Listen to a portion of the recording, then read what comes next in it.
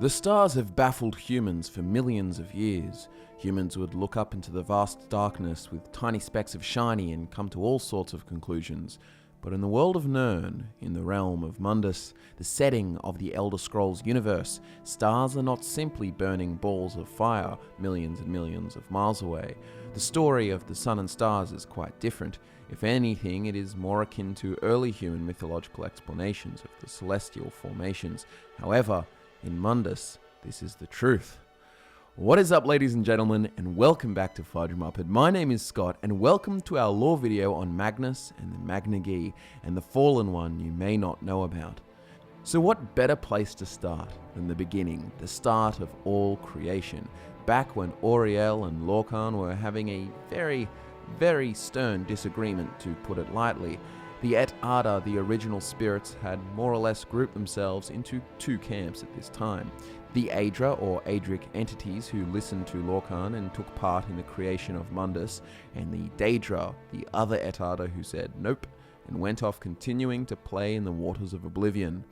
Now, Magnus was a prominent Et Arda who was said to be the architect of Mundus. It was he who came up with the schematics for this brand new realm. But upon discovery of Lorkhan's betrayal, with all his might, Magnus left Mundus with great haste and tore a hole through the barrier, escaping back into the realm of Aetherius, leaving in his absence a giant burning hole, which you and many others on Tamriel would experience as the sun. The sun itself is often referred to as Magnus and has been worshipped by many cultures of Bretons and Ultima especially over the eons. The Aelid elves of Cyrodiil considered him the god of sight, light, and insight, while they sat down and had a bite while flying a kite at amazing height. FudgeMuppet Rap Stars 2018. We'll leave the rap to the professionals, but Magnus is often associated with magic, and for very good reason. It is said that the reason magic exists is because of the flow of magicka that pours from Aetherius into the realm of Mundus through the holes that Magnus and his followers created. So the entity known as Magnus is of peak interest to those studying and pursuing the magical arts.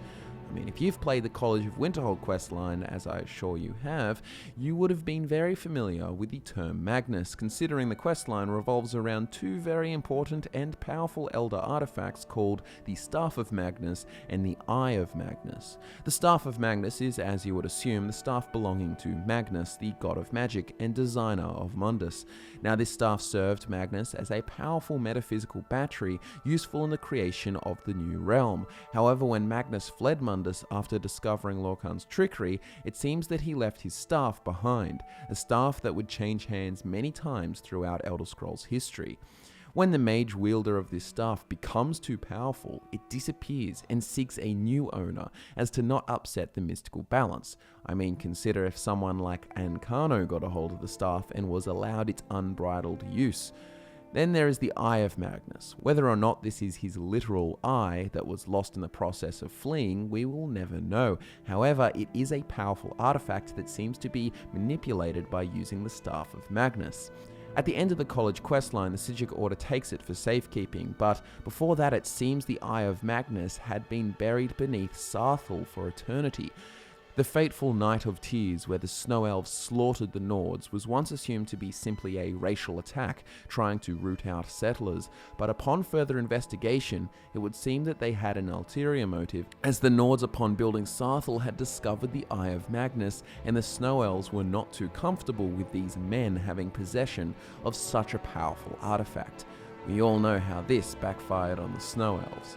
So we know Magnus was a pretty amazing dude who made all the plans for Mundus but escaped the fate of the Divines and the other Et Arda who would become the Earthbones and the Elnofey.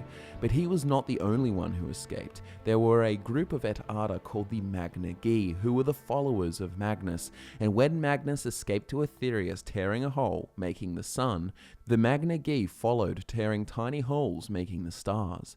The Magna Ge are an interesting bunch, and there are some weird feats attributed to them. For starters, we know very few by name.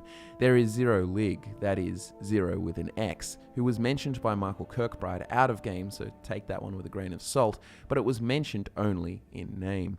There is also Una, which is supposedly the original form of Bar Dao, which is the giant meteor that looms over the city of Vivec. Well, I should say used to, because when the god Vivec disappeared, years later Bar Dao crashed into the city, decimating it and causing the eruption of Red Mountain.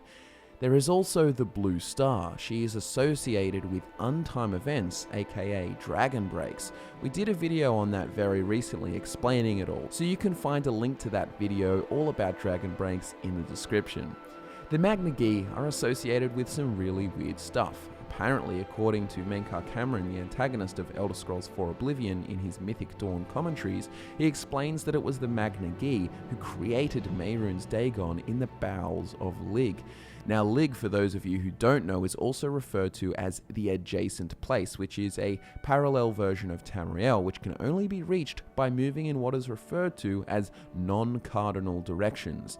It's a crazy place. Perhaps one day we can talk more about it in the future, but you can see the Magna Ge have some interesting things attributed to them, such as the creation of Mehrunes Dagon. One particular Magna Ge may interest you all. She once went by the name of Merid Nunda, but you may be more familiar with her by the name of Meridia, the Daedric Prince of Life and Lady of Infinite Energies. She once ranked amongst the Magna Ge, but was cast back into Oblivion after the rest of the Magna Ge found her consorting with the Daedra. Meridia now reigns over an Oblivion realm, or set of small realms called the Coloured Rooms. Taking the form of a beautiful woman, Meridia is one of the few Daedric princes considered benevolent by most mortals. She has a severe hatred of the undead and necromancers who would defile the beauty of life. Meridia, having been a Magna Ge, one of the Et Ada who at least originally were vested in the creation of Mundus, differs from the other Daedric princes who wanted nothing to do with creation. This is perhaps why she cares so much about life. However, which life she is helping differs. Perhaps she favours certain mortals over others, as Meridia had a great alliance with the Aelid elves of the First Era. You see, the Aelid elves believed light was one of the four elements, and they saw Meridia as the embodiment of that element. They made a pact with the Daedric Prince, and her minions, the Aurorans, helped the Aelids attempt to suppress the human slave rebellion.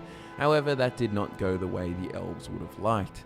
Undoubtedly, you have come across Meridius Beacon in a random chest while playing Skyrim, and have been contacted by the god herself to come to her defiled shrine. I won't spoil too much for you if you haven't played it, but it involves cleansing undead and necromancers in typical Meridian fashion. But what interests me, and probably all of you, is the reward that you would receive. Dawnbreaker, a holy sword that cleanses the undead in bursts of cleansing light and flame. The sword is the true companion of any paladin or undead opposer. Burning a target for 10 to 15 points of damage, and if killing an undead, it may trigger a fiery explosion that does fiery damage to undead all around and even turns them fleeing from Meridia's powerful light. So there you go, your fun fact for the day. The Daedric Prince, you know as Meridia, was once Merid Nunda, a Magna Ge, a follower of Magnus himself. So we may not know too much about Magnus and his artifacts, as well as the Magna Ge, and let alone the weird stuff going on in Lig, but perhaps with the release of Elder Scrolls 6 in a few years, we will get the answers we want. Guys, if you love the Elder Scrolls, please do like the video and subscribe. Videos have been a little slower as of late because I was getting married and there was a lot of organization going on, but I'm hitched now. Mara smiled upon me, and now we are back making more frequent videos, so get pumped.